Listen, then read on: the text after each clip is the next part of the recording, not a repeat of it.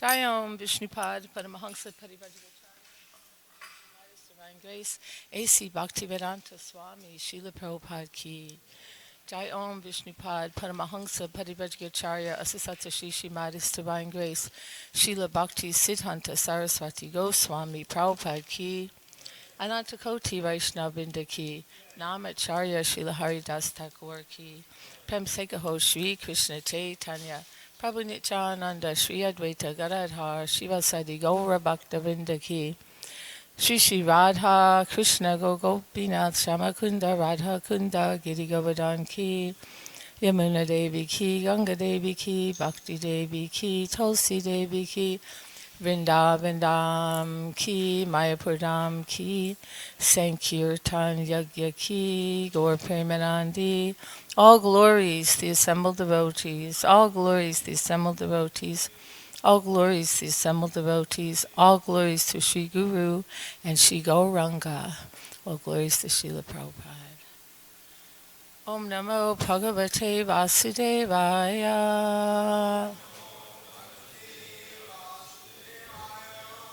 Om Namo Bhagavate Vasudevaya.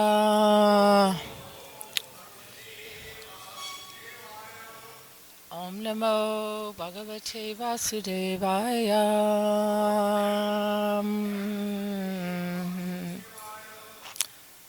Today we are reading from Krishna book, chapter 41, Krishna enters Mathura, because tomorrow they're reading the birth of Lord Krishna, so we skipped ahead.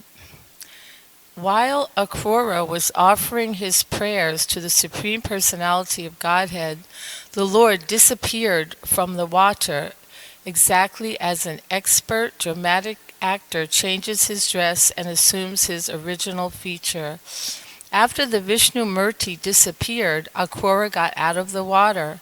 Finishing the rest of his ritualistic performance, he went near the chariot of Balaram and Krishna and was struck with wonder.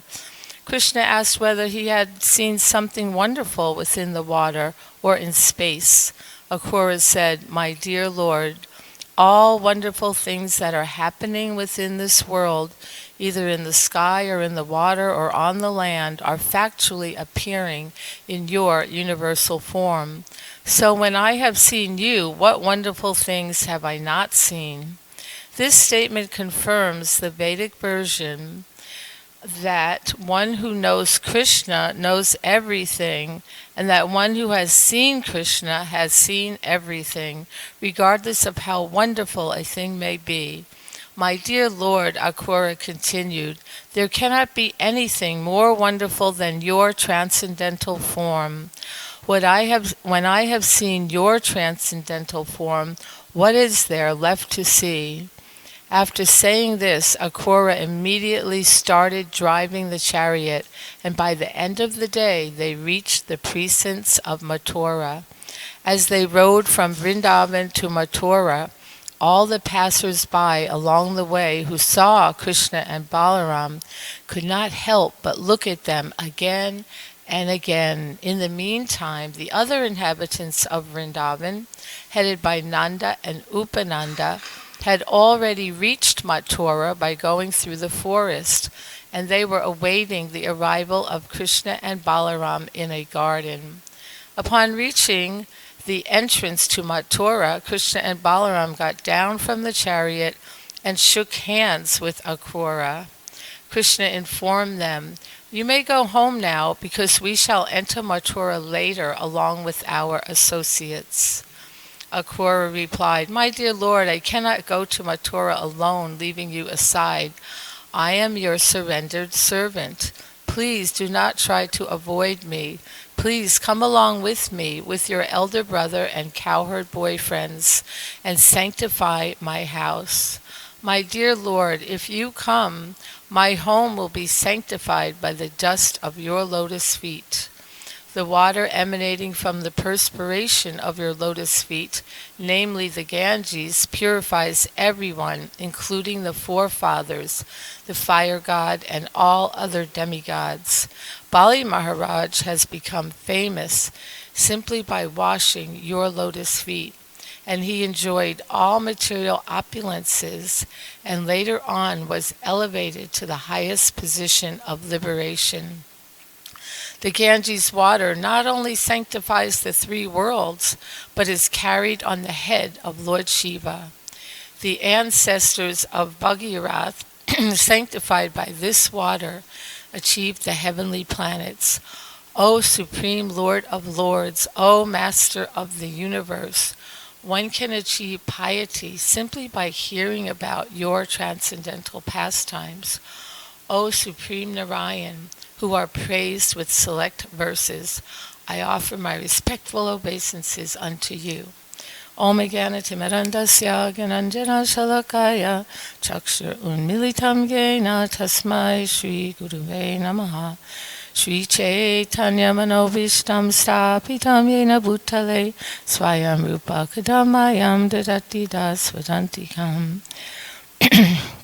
So, a little prelude to this, because we're hearing now when Krishna is about, they're actually, now they have entered Mathura.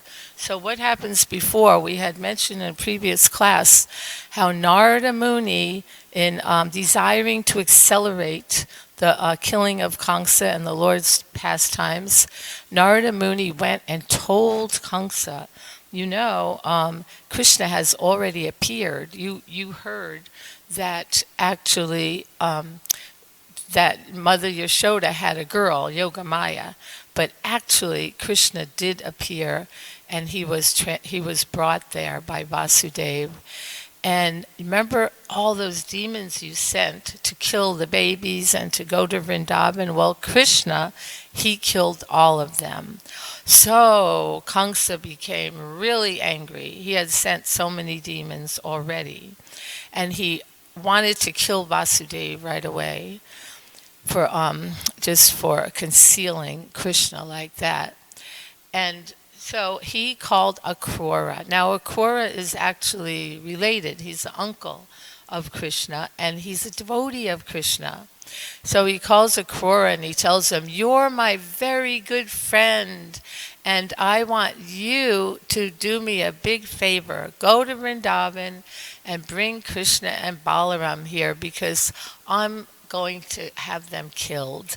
Now, I guess you see the devotees, they had to conceal their identity as devotees. So go there and bring them and tell them they're invited to a wrestling match. And so when Akrura does go and invites them, they think it's very funny. They said, really, a wrestling match? How fun. And Balaram is slapping his leg and said, we're going to fight with big fat wrestlers. That will be quite an adventure. And so they, Nanda Maharaj comes in to the room and they tell Nanda, did you hear? Akrura told us we're going to Mathura for a wrestling match. And of course, Kamsa's plan was they wouldn't even have the wrestling match, because Kuvalyapita, the trained elephant, would stomp on them and kill them both right away. Now, Nanda says, well, it's time for the annual tax to the king, Kamsa. So I will bring the tax and go with you. And what's the tax? The tax is their bounty of dairy products. And they have a way to preserve them, right, in clay pots and things.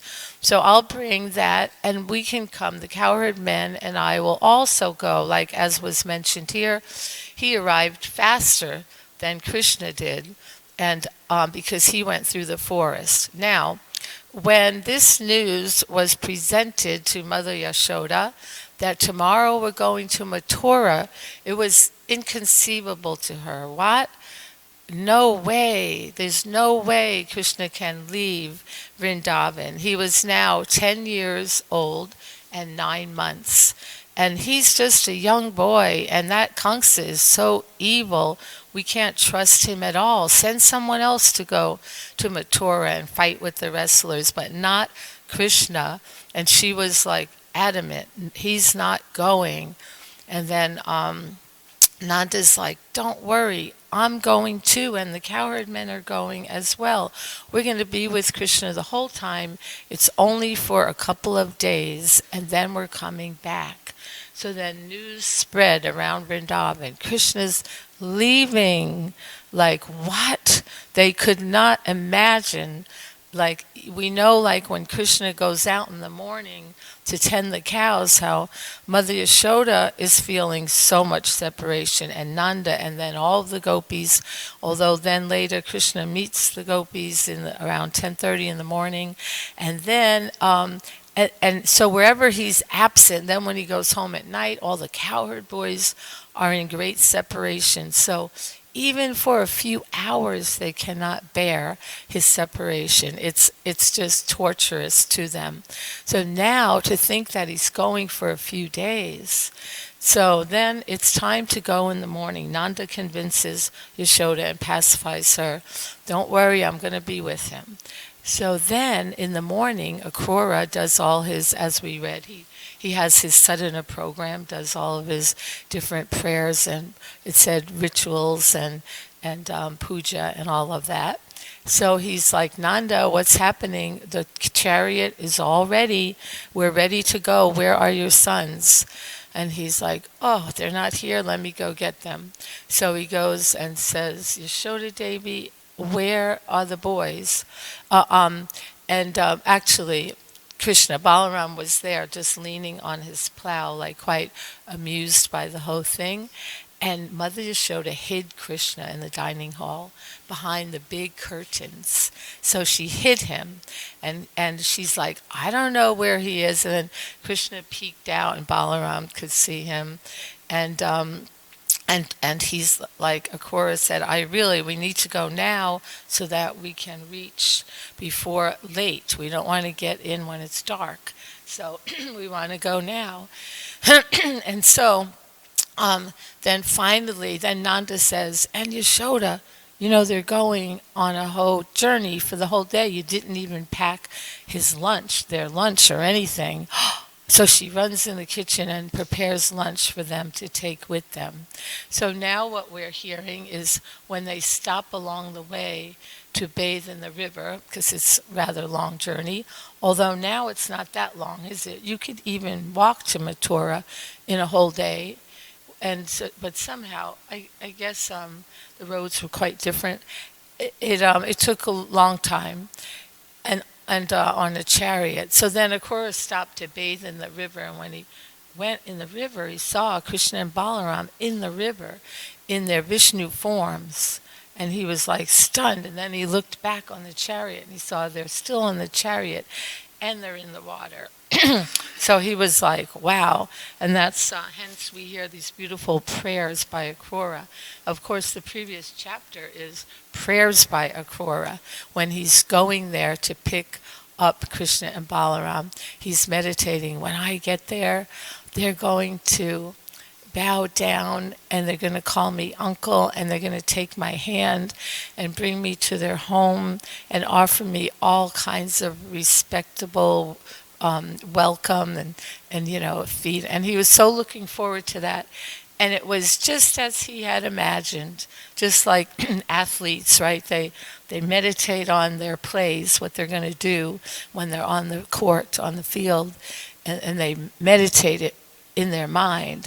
And just like on book distribution, the devotees are meditating. You see them in the morning praying so intently. When I go out there, I'm going to meet so many nice people that are going to be so interested. They meditate on their day, and it comes true. Most of it, anyway. So now what happens is it all comes to pass. Now everyone's upset when they hear Krishna's leaving. Everyone's very upset, especially the gopis. So we've all seen that beautiful painting. We have an old painting and perhaps a new painting of the gopis stopping the chariot, going in front of the chariot, excuse me, and stopping it. But not only that, they actually pulled Akrura off the chariot and started beating him, saying, you can't take him, cruel Akrura. And then finally, Krishna said, all right, come here. and because everyone fainted. They actually fainted that he's leaving, and he took the gopis aside in the forest there and said, "Don't worry, I promise I'll come back." Because Srimati Radharani's like, I'll tell you right now, if you don't come back, I will give up my life. And she said to him, "Oh, my transcendental Cupid, O son of Nanda, O you who removes the suffering of the world, promise me that you will return." Krishna said, "O life of my life, O my everything, I vow upon all my cows that I will return. O Radha, please believe me, my words are true." So he gave his word. So we know lots of adventures happen in Mathura because Krishna, so like I say, he's almost 11, but Krishna is quite precocious, and he always seems his age plus half. So in other words, when he's 2, half of 2 is 1. He's like a 3-year-old. So now when he's 11, so half of 11 is 5.5. So when he's 11, he's like a 16-year-old. So we know how 16-year-old boys are, and they're very like, just think that they are like the lords of the world and that they know everything. So they're like prancing around Mathura, and then he kills wants the cloth of the washerman. So they get all dressed up in that nice cloth and just like do away with him. And they meet Kubja on the way, and Krishna tells her, "I'll come later and visit you." And then the florist, Sudama, is it Sudama the florist? And he makes beautiful garlands for them. And they're like very nonchalant, not at all nervous about wrestling and meeting Kuvalyapita. So they met Kuvalyapita, and that was quite adventuresome how they killed him. And then they finally, Krishna wrestles and Balaram wrestles, and they killed the wrestlers. Imagine like such a delicate boy, like the people in the audience, they're saying, these are just like delicate young boys, and they're going to fight with these huge, muscular, professional wrestlers. That's not fair. But we know how Krishna does everything so easily, because he's the Supreme Lord and all-powerful. And so then he goes up and grabs Kamsa's hair and pulls him off his throne and just punches him to death. And so he did. He completed the task for which he went. So now it's time to go. So the next morning, Nanda's like, "Okay, Krishna and Balaram, everything's ready. The chariot's ready. You can come back with us. Akrura can stay here, because he came to get you, but he lives here in Mathura. So you come." And Krishna's like, "Okay." And then he goes to tell the other members, the other residents of Mathura, "So I'm going now." They're like, "Are you kidding me? You're going now? Where do you think you're going? I mean, you were born here. You went to Vrindavan. Your poor mother and father, Vasudeva and Devaki, they were imprisoned just because of you, and they never got to see you. They never got to witness your activities, your pastimes. There's no way you can leave." And then he goes, you're right, I should be more grateful. So he goes back and tells Nanda, "I have to stay, at least for a little while. I have to stay and pacify them." And Nanda's like, "No way, because your mother will really be mad. There will be marital dispute if I go back without you. Not only Yashoda, everyone in Vrindavan. They'll be so mad at me. You have to come. Please come. We told everyone we're coming." "Okay. All right, you're right." So then he goes and tells them again, King Ugrasena, and that I really have to go. My father wants me to go. No way, because now you killed Kangsa. Kangsa has allies and friends, and they're all going to come after us. Jarasandha, and then and Kalyavana, they're going to come and attack us. So we need you. We need your help. So you stay here and help us. And then Krishna's like, you're right, and I really should, you know. And then he goes and tells his father again that I really am going to stay. I won't be long. I'll be, as soon as these demons are killed, I'll return. So now, with a very heavy heart, Nanda Maharaj goes back. And, um, and then, sure enough, he goes right into his bedroom, like, can't see anybody. And Yashoda's like, where is Krishna? Where is he? You promised you would bring him back. And then everyone in all of Vrindavan, can you imagine how Nanda Maharaj, like how thoughtless that he left his darling, our darling, the darling of Vrindavan, he left him there and he didn't bring him home? What's wrong with him? He's supposed to be the king of Vrindavan. He's so unqualified. And so they're like, he's really in trouble. Now Krishna, he stays in Mathura, and and then, you know, there's a story about a swan coming, bringing a message, and Lalita writing a letter and sending it, saying, "You are so cruel, Krishna. You promised you would come back, and now Srimati Radharani is on the verge of death in your separation." And she even like was talking about suicide because it's unbearable. And how can you be so cruel? So, do we think Krishna's so cruel? What do you think? Is he cruel? He's not. Krishna is so kind and loving, and you think he didn't miss them? He missed them just as much as they missed him. You know, Krishna now is there in Mathura. He used to go up on the roof with his dear confidential friend Uddhava, who's also a cousin of his. And he used to go on the roof because we all know, those of you from India, that there's a whole culture on the rooftops, right? A lot happens on the rooftops of India, especially when it's very hot season. People sleep up there at night to get a little breeze, and, you know, they have gardens up there and all kinds of things, and go for respite away from the big extended families, get a little peace. But a lot happens on the roofs. Is that true? Those of you from India? So anyway, what happens is he used to go up there because the Yamuna River flows, right? I don't know exactly where it starts, but we know it's in Vrindavan and goes all the way through Delhi. And where else? It goes long distance. So he would go and he could see from the rooftop the river Yamuna, and he would just follow it. Or here's east, my east. And he just follow it east.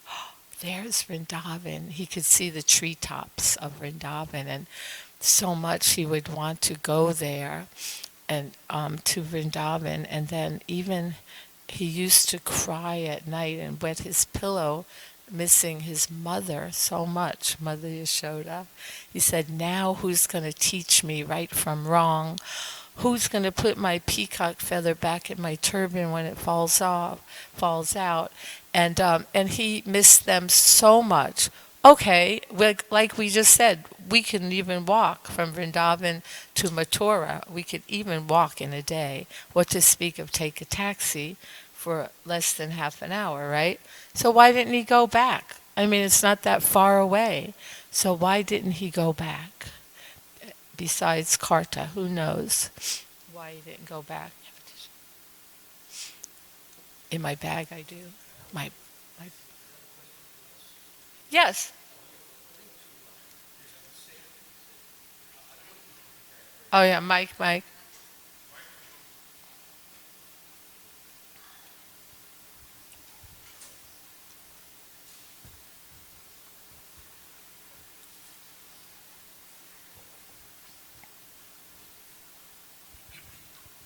Yes, he said that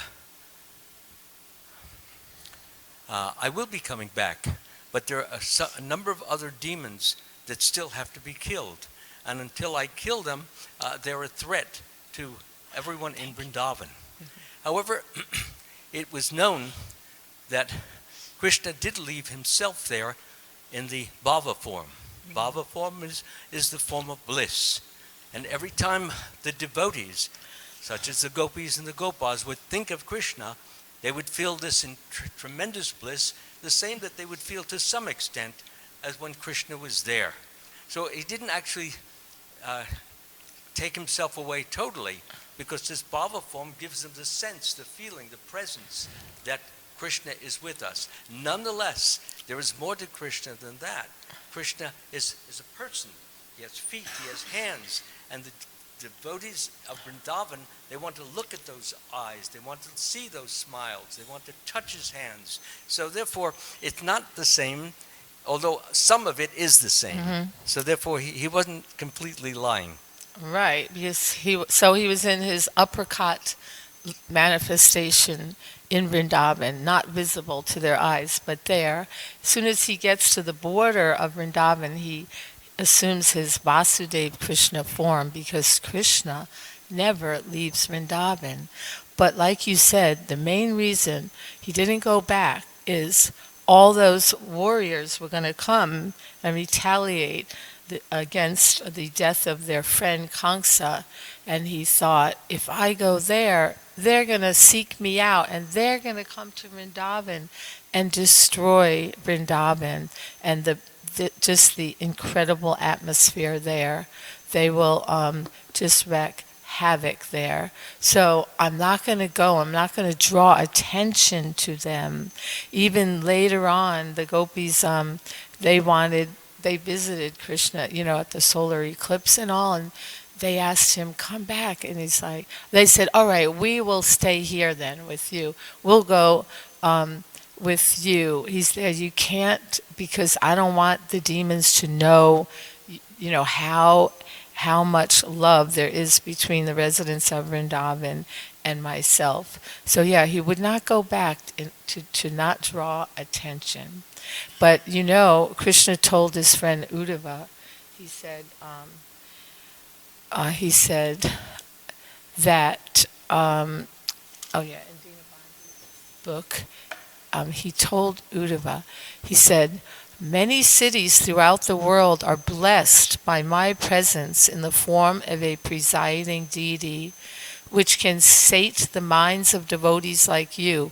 But, my dear friend, I swear to you again and again, and with all sincerity, that none brings me as much joy to my heart as this humble cowherd village.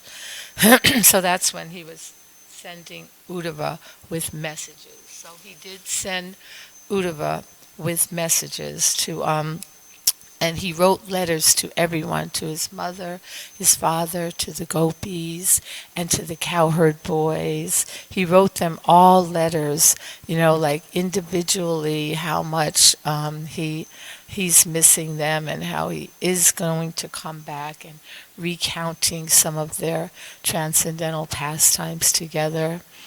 And so, sure enough, these demons, he got news. They're both going to attack at the same time, Jarasandha and Kalyavana, so two armies.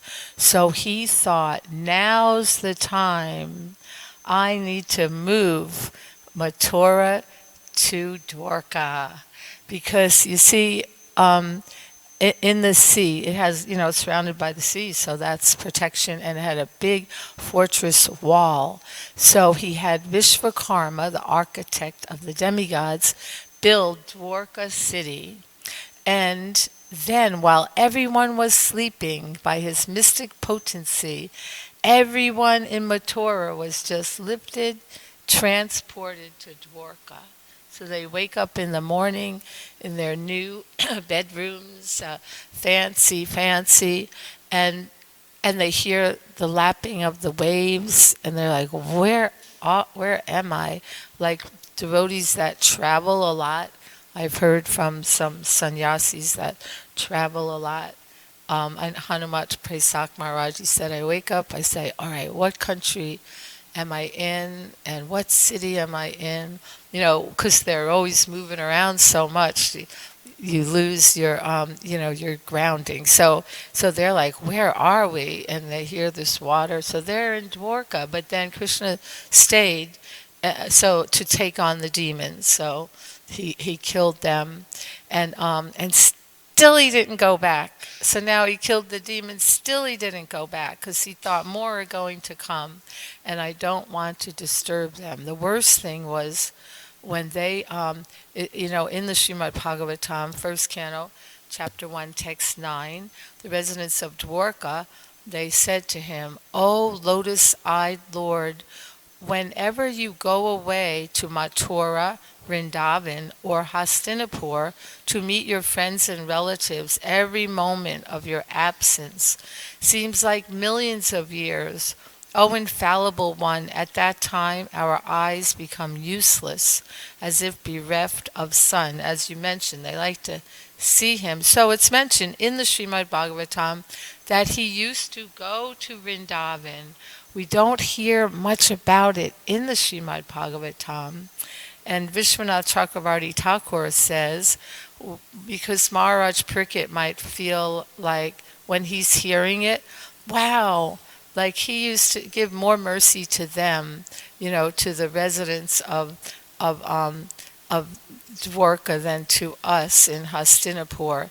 But when he went to Hastinapur, Narada Muni told him, go for the Rajasuya sacrifice. Then he got to kill Shishupal. But they're like, what? He's in Hastinapur? Right? We can go there in just like a, 2.5 hour taxi ride. I mean, you could walk it in a few days. And he's in Hastinapur and he doesn't come to see us? And as much as Krishna really wanted to, again, there were too many of these forces, but he did used to visit. And when he visited Mathura, when he visited Vrindavan, like everyone's stunned. Uddhava, after they're in Dwarka, Uddhava would drive his chariot there. And now Uddhava, he had sent him 2 times to go and bring messages to them. So Uddhava now is understanding the mellow of Vrindavan, the love, the intense love, because he's a disciple of Brihaspati and a Jnani yogi. So now he's learning about this kind of bhakti yoga. And so Uddhava, you know what he used to do? He packed clothing for Krishna in the chariot. So as soon as they got to the outskirts of Vrindavan, he'd tell Krishna, okay, take off your crown, take off all your royal dress, put on your cowherd boy clothes and your turban, put those on. And then they would enter, the first living entities Krishna would see are the cows. And he would call them, because we know every one of Krishna's cows has a name. He would call their names. They would come running to him and like just mooing and licking him all over and licking his face. And he'd ask them, how's your baby calf? And just interact with them. Then they go a little further. And there are the cowherd boys and Sridham. Sridham is the brother of Srimati Radharani, Krishna's very close friend. And Sridham standing there totally stunned, like, is this really Krishna? And Krishna gets off the chariot, takes him by the shoulders, and shakes him. Yes, it's really me. I'm really here. It's me. And Sridham's like stunned. He couldn't say anything. And then the other cowherd boys come, and they're all like embracing Krishna and just crying tears of joy. Krishna said, go tell my parents I'm here. And they're like, no way, we're not leaving your side for a moment. And so he tells Uddhava, go tell them. So he goes to the home of Nanda and Yashoda, and they're like, because all of Vrindavan, it was so depleted from the absence of Krishna. Everyone was so depressed, and the flowers stopped blooming, the cows stopped grazing. They didn't even want to give milk to their calves. They just were, everyone absorbed, what to speak of the gopis. And so now, as soon as Krishna entered, the flowers started blooming, everything started coming back to life. And Nanda and Yashoda, when they hear that, and word spreads very quickly, they all come running to greet Krishna on the chariot. And then that evening, they have a big welcoming celebration at Nanda's house for all of his relatives, his brothers and sisters-in-law and nieces and nephews. So for the family, and a big feast, and so much joy and entertainment and dancing. They even had clowns and all kinds of things. So they're all, they forgot. They forgot that Krishna ever left. They're just absorbed here in the moment. Krishna's here. They forgot. And the thing is, they're like in more anxiety, thinking Krishna could leave. Like the gopis, when they heard, like Srimati Radharani fainted, but another gopi said, I had a dream. They think it was probably a dream. I don't think he really ever left. I dreamt that he left. So one gopi said, I dreamed that Krishna left. They said, don't ever say that. He would never leave Vrindavan. So they forget. Yogamaya covers them, and the pastimes are eternal. As soon as they end, they forgot that that Krishna danced on Kaliya serpent, and then again he does these pastimes over and over again. So they're just, everyone's overjoyed, and then Krishna has to leave and go back to Dwarka. Is it up there? Oh, sorry. Okay, so I just want to tell you a little bit about Dwarka, just a little about Krishna's queen. I asked Archie to Prabhu to chastise me after class because he told me it's a reading, but I teach children, so I'm a storyteller. Okay, so just a little bit about the one palace in Dwarka. So the palace of Rukmini, this is chapter 61, 60, third paragraph. The palace of Rukmini was wonderfully furnished. Hanging from the ceiling were many canopies with laces bedecked with pearl garlands, and the whole palace was illuminated by the effulgence of valuable jewels. There were many flower groves of Malika and Chamali, which are considered the most fragrant flowers in India. There were many clusters of these plants with blooming flowers enhancing the beauty of the palace. And because of the exquisite fragrance of the flowers, little groups of humming bees gathered around the trees, and at night the pleasing moonshine glittered through the network of holes in the windows. There were many heavily flowered trees of parijata, and the mild wind stirred the fragrance of the flowers all around. Incense burned within the walls of the palace, and the fragrant smoke leaked out of the window shutters. Within the room were mattresses covered with white bed sheets. The bedding was as soft and white as milk foam. In this situation, Lord Sri Krishna sat very comfortably and enjoyed the service of Rukmini ji, who was assisted by her maidservants. Rukmini was very eager to get the opportunity to serve her husband, the Supreme Personality of Godhead. She therefore wanted to serve the Lord personally and took the handle of the chamara from the hand of a maidservant and began to move the fan. The handle of the the handle of the chamara was made of gold and bedecked with valuable jewels, and it became more beautiful when taken by Rukmini because all of her fingers were beautifully set with jeweled rings. Her legs were decorated with jeweled ankle bells, which rang very softly between the pleats of her sari. Rukmini's raised breasts were smeared with kumkum and saffron. Thus her beauty was enhanced by the reflection of the reddish color emanating from her covered breasts. Her high hips were decorated with a jeweled lace girdle, and a locket of great effulgence hung on her neck. Above all, because she was engaged in the service of Lord Krishna, although at that time she was old enough to have grown-up sons, her beautiful body was beyond compare in the three worlds. When we take account of her beautiful face, it appears that the curling hair on her head, the beautiful earrings on her ears, her smiling mouth, and her necklace of gold all combined to shower rains of nectar, and thus it was definitely proved that Rukmini was none other than the original goddess of fortune, who is always engaged in the service of the lotus feet of Narayan Jai. And we have Srimati Rukmini right here in our presence. Now, it sounds like pretty ecstatic, doesn't it? Like, in such, you couldn't compare the opulence and the beauty, the aesthetic, beauty of his palaces, palace at that time. And Rukmini, the most beautiful woman in creation there, or at least in Dwarka it says. So you think Krishna must be so happy.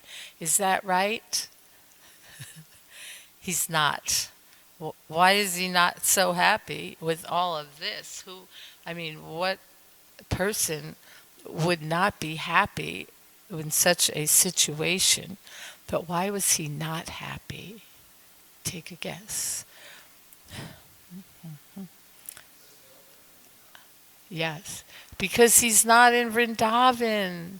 He, like we just read, he loves Vrindavan, and no place can compare. So although he has all of this, he misses Vrindavan because nowhere can the love of the Brijvasis compare with anywhere else. And Krishna is controlled and conquered by love. And so Vishvakarma, he knew of Krishna's great love for Vrindavan, and so when he built Dwarka city, behind Krishna's palace, he created Nava Vrindavan, New Vrindavan, with the river Yamuna, Govardhan Hill, all of the indigenous plants from Vrindavan were put there, and gardens and walkways, and it was just exquisite garden. So you think, well, Krishna must have gone there like every day, every spare moment, right? No, because why? They're not there. The residents of Vrindavan are not there, and it would just remind him more. It would increase his separation, because at night, he used to call out at night, Radha, Radha. And then Rukmini in the morning, she said, who's Radha? He said, oh, just one of my childhood friends. And, like so much he missed them. Now, what happened was, I think everyone knows the story of the Shamantaka jewel, and then how Satyajit, he had to give that jewel to Ugrasena. Krishna told him eventually. They gave it to the king. But Krishna was told, when you get that Shamantaka jewel, you'll also get Srimati Radharani back. So Srimati Radharani is the daughter of the sun god. The sun god took her back, and then he brought her to Satyajit and asked her, take care of her, take care of my daughter. So her name is Satyabhama. Satyabhama is Srimati Radharani. An expansion. So now it's time, and her father, Satyajit, tells her, now you get to go to Dwarka, and you get to marry the king of Dwarka. She does not know who the king is, because last she heard, he lives in Mathura, and, without this mass communication, so many instances, right, like Devayani and Sukhanya, the daughter of Behest, the daughter. They didn't even. She didn't even know that her husband had married this other woman, and they're in the same palace. So she didn't know, and she's like, "Oh no," because she's only attached to Krishna. So Rita is her mother-in-law, Satyajit's mother. I mean, sorry, her grandmother. She brings her on a palanquin. Now, Rukmini at this time is the sole wife in Dwarka, and we just read how she's exquisitely beautiful. But along comes Rita. They see the palanquin. Satyabhama gets off the palanquin with Rita, and Rukmini is standing on like a balcony, a landing, and she's with her closest like maidservant friend, confidant named Madhavi, and she's like, who is that woman? Because she's so extraordinarily beautiful, even more than Rukmini. And then they go down and greet her, and Rita said, my son has, he offended Krishna, by accusing Krishna of killing his brother and all of that.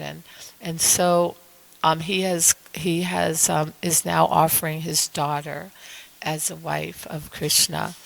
And Rukmini, she's not too happy about it, because she said when Krishna sees her, then it's just like, like the shore, like just the ocean swallowing the shore, like I'm going to be like second class.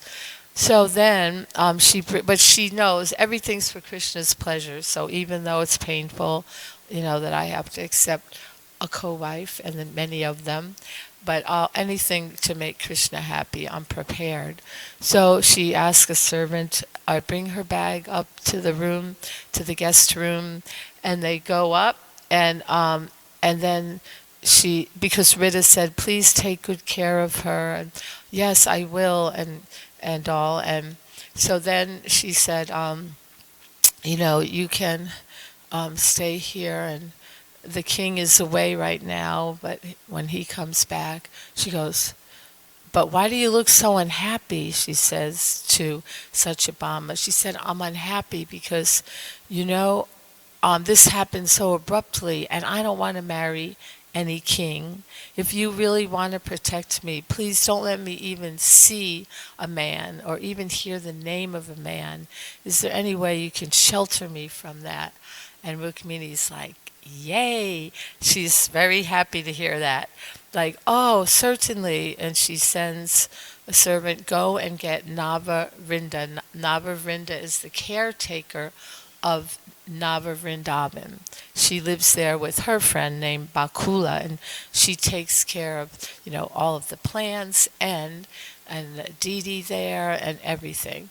So then she comes, Navavrinda, and Rukmini tells her, so this nice girl has just come, Satyabhama, and she would like to be protected, and she would like to not live in the palace, but to live there in Navavrindavan. So please take care of her and set her up. And she knows, Navavrinda knows, I know why she doesn't want her here. But she sets her up with in a beautiful grove, and the flowering vines are hanging from the top of the tree and creating like a whole wall around the grove. And it's just very, very beautiful, and fragrant flowers and everything. So she's there, and they try to make her as comfortable as possible. And then they ask her after a while, Bakula tries to like prod her. Why don't you just marry the king? He's so handsome, so qualified. She goes, don't say that. I don't want to hear any such thing. If you say it again, I'm going to curse you, because I have already given my heart to the Lord of my heart, and don't even mention it. Okay, so even though Naba had told Bakula, leave her alone, don't bother her with this kind of stuff. So then, again, she's unhappy, and they want to make her happy. So she asks Rinda, I'll call her Rinda, that why do you look unhappy? She said, my whole life, my father gave me a deity to worship. And every day I worshiped that deity. He had a beautiful threefold bending form and crooked smile and lotus eyes. He was so beautiful. And every day got to bathe him and dress him. And I miss my deity so much. Really? Well, guess what? We have a deity here in the forest in Vrindavan, Nava Vrindavan. You do? Yeah, come. We'll take you there. Meanwhile, she's in trance, Satyabhama. So they bring her to this clearing, and there's a beautiful flower gazebo. And in the middle of that gazebo is a sapphire deity of Krishna, beautiful deity. And so Srimati Radharani, they bring her. Look, here's the deity. And when she sees that deity, she's like, it's Krishna. And she's so overwhelmed. And she's like, due to your association with that hard flute and that hard kastuba jewel, you're being so hard-hearted. Usually you speak sweet words to me and joking words, and now you just stand there. You don't say anything. So hard-hearted. And Bakula and Vrinda are stunned, like, she really thinks it's Krishna's personal form. And they're just amazed to see her. And then she says, Vrinda says, well, he is hard because he's saffron. He's a deity. She goes, really? Yes, go ahead and see for yourself. So she goes up and touches his chest. He's a deity. Oh, but he's a beautiful deity. So let me take care of him. Let me dress him. And so Vrinda tells Bakula, go back to the cottage and get the cloth and the garland that Rukmini had sent for Satyabhama. Go get those. We'll use their brand new cloth, and we'll use that for Krishna. And so she goes back, and and she brings it, and Satyabhama dresses Krishna beautifully. And then they go, we need to put flowers on the way there. They had seen the Karnika flowers there, yellow and blue flowers that Krishna used to decorate Srimati Radharani's hair with. And she goes, I want to get those flowers to decorate. Okay, let's go get some of those flowers. While they're gone, remember I said Krishna, he hardly ever went to Vrindavan, to New Vrindavan. But this day, he had a rough night in separation, and he told Uddhava, let's go there. And Uddhava's trying to pacify him. Uddhava's telling him, look at the beauty and the fragrance. And Krishna thinks he's talking about Srimati Radharani. And he's like, where is she? No, I'm talking about the forest. Okay, and let's go to Govardhan. So they're walking. They see the deity, and Krishna's like, wow, is that me? Yeah, that's a deity of you. Oh, so beautiful. And he said, I wonder who dressed this deity, because look, the tilak is crooked because her hand was shaking with emotion, and the chandan is cracked because tears were flowing. So I wonder who dressed this deity here. That's Madhu Mangal. Oh, I said Uddhava, but now it's actually Madhu Mangal's with him in Dwarka. He said, well, listen, I hear some voices. Let's find out who it is. Let's hide. No, help me. Take the deity. They put the deity behind a tree. Krishna takes off the deity's clothes, puts them on himself, and then he stands there. So now they come back with the flowers. So before, they thought, Srimati Satyabhama thought it's really Krishna. Now imagine it really is the person Krishna, and he's standing there, and then he sees Satyabhama and knows that is Radharani, and so he's there. But as she moved, his eyes moved, and they're all like, I never saw Didi's eyes move before. And then he starts crying. I never saw a deity shed tears before. And they're all like becoming more and more overwhelmed. And then Krishna says, Radha, is that you? and they're like, we never heard a Didi talk before, and Shrimati Radharani faints. And then they hear peacocks coming, which means somebody's coming. Rukmini's coming. So then Bakula and Vrinda, they pick up Shrimati Radharani, bring her back to her grove. Okay, so she's there, and then Krishna's like, hurry, quick, help me. And they bring the Didi back, and Krishna's still wearing the clothes, though, and the garland that Rukmini had sent for Satyabhama. I know it's time to end, sorry, very soon. So now what happens is Rukmini, she could see, because she knows she sent that cloth and garland, and she's like, oh, and just his like effulgence and his the look of divine love on his face. And she's like, and she said, oh, where'd you get that nice garland? And Madhu Mangal goes, I made it for him. And really, and I suppose now you've learned the fine art of embroidery, and you made him that his dhoti and all. And he was going to say, yeah. And Krishna said, no, Rinda gave it to me. And then she says, Rukmini goes, oh, Krishna! And everyone's stunned because Shrimati Rukmini Devi is sweetness personified. Never, ever raises her voice like that to Krishna. And never, he loved, remember the talks between Krishna and Rukmini? He loved to see her be angry because she never got angry and she's so sweet. And then she quickly composed herself. Okay, my dear, she goes, my dear husband, it must be as you say, and I'll take my leave now. And then Krishna tells Madhu Mangal, wow, she's really angry. And he said, she doesn't look angry to me. He goes, that's because you don't know the ways of women. They pretend they're not angry, but when they're really angry. So anyway, I know you're very, this is like Dwarka, New Dwarka, where everything's very pukka and punctual, and we abide by the rules.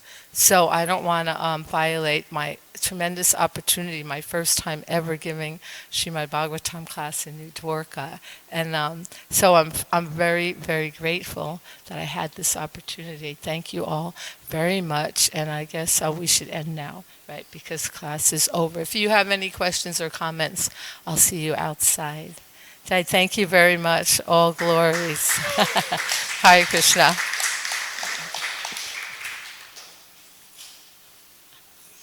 This is like, do I have to do something here? What? Not morning. I gave Nityananda's appearance day, evening class for Lord Nityananda. Some 10 years ago. Never in the morning, ever.